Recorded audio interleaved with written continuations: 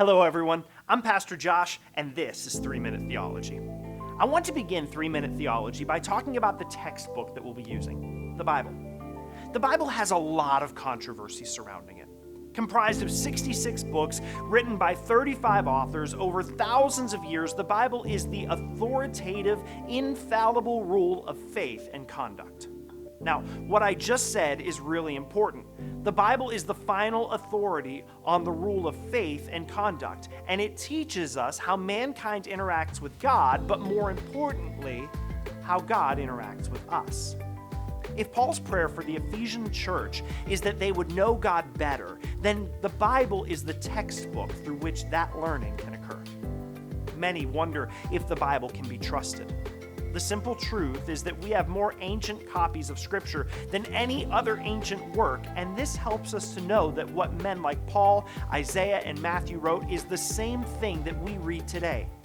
Yes, the Bible can be trusted. And when we say that the Bible is infallible, what we mean is that it is incapable of making mistakes or being wrong. But we limit the infallibility of the Bible to all things about faith and conduct. So, concerning all matters of our relationship with God, sin, grace, atonement, redemption, and the like, the Bible is the final word. In John 14:6, when Jesus declares, "I am the way, the truth, and the life. No one comes to the Father but through me." That is the final authoritative word on that matter of salvation and faith. But what about things like science and geography and archaeology? Well, although the Bible is accurate in these areas, it never claims to be the final authority on these things, and claiming infallibility in these areas is difficult.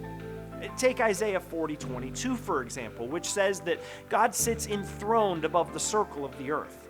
Some would say this proves the earth is round, which we know it is.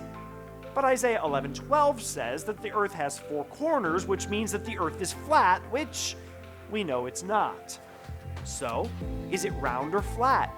Does this mean we can't trust the Bible because Isaiah 11:12 says that the earth is flat and science says it's not? Of course not.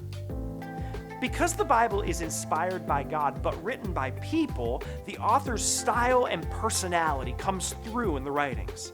The Bible is written in various literary genres like poetry and history and letters. It's filled with literary devices like simile and metaphor, allusions, symbolism, and also many ancient cultural references and idioms that Americans and Western Christianity just doesn't understand today.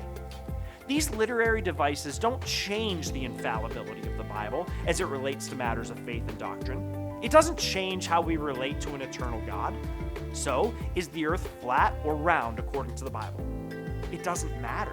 And honestly, the Bible doesn't care. Its concern is exactly what Paul talks about in 2 Timothy 3:16, when he says that all Scripture is inspired by God and is useful for teaching, rebuking, correcting, and training in righteousness, so that the servant of God may be thoroughly equipped for every good work. When we allow the Bible to train us in matters of faith, we use the Bible exactly as God intended it, as the textbook to teach us how to know who God is and how to live for Him.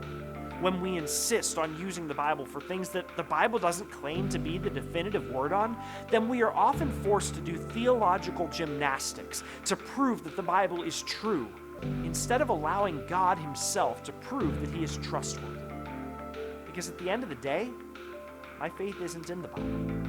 My faith is in Jesus and in the God that my Bible teaches me